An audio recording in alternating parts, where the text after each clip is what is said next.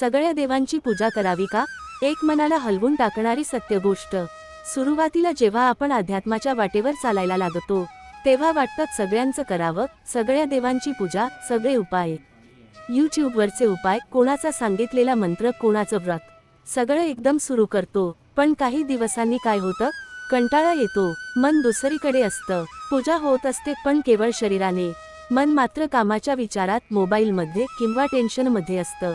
आणि मग सुरू होतो तो गोंधळ, कुठले उपाय सोडायचे, कुठल्या देवाला जास्त मानायचं। पण खरं सांगू का, सगळ्या देवांची पूजा करणं गरजेचं नाही।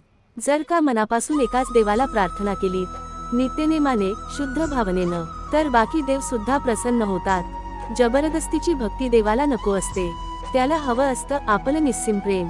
कधी वेळ नसेल तर फक्त एक काम करा, नामस्मरण, फक्त स्वामी समर्थ, शिवाय नमः, राम राम, जे जुळतं ते बोला, पण मन लावून बोला। कारण देव फक्त माळा नाही, तो भावना आहे।